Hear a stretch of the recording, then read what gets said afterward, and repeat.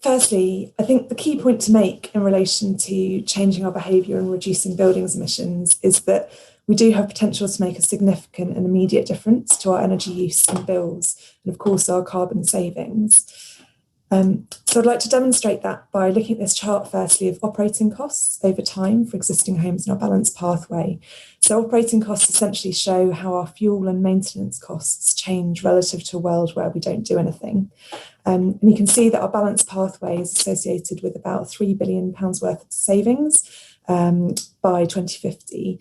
And around 300 to 400 million of that comes from the actions we can take to reduce energy use in our homes. And those savings are kind of doubled in our most ambitious scenarios. So this is very much kind of a moderate view.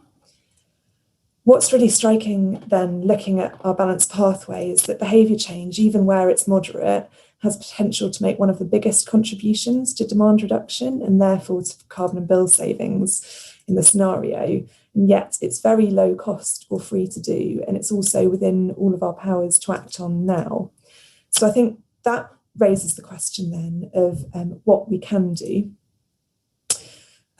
So here, essentially what I'd like to talk through is the range of explicit behaviour change measures we've got across our scenarios. So the first one that we've got is preheating homes. So where homes are sufficiently well insulated and they've got, for instance, smart heating controls, it's possible to preheat ahead of peak times. And what we mean by that is that people can choose to heat their homes up to 4 hours ahead of when they need the warmth, such that it's effectively stored in the fabric of the building.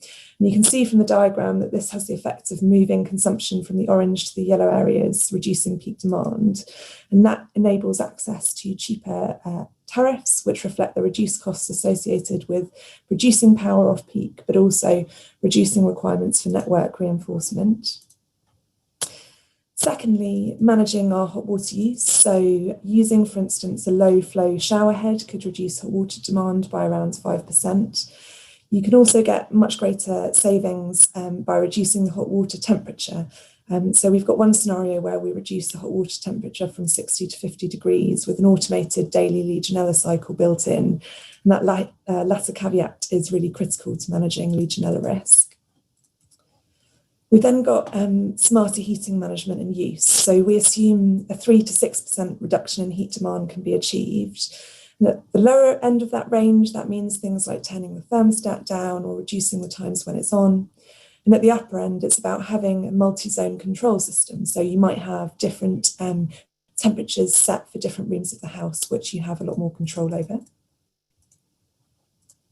The next example is changing the way we buy heating. So the example I want to talk about here is heat as a service delivery models, which essentially involve consumers purchasing service bundles or outcomes from providers, such as a certain number of warm hours in place of kilowatt hours of fuel, which can essentially enable the same or better outcomes to be delivered in terms of warmth in your home, but it can do so more efficiently and potentially remove the worry for homeowners that might be nervous, particularly about new forms of heating.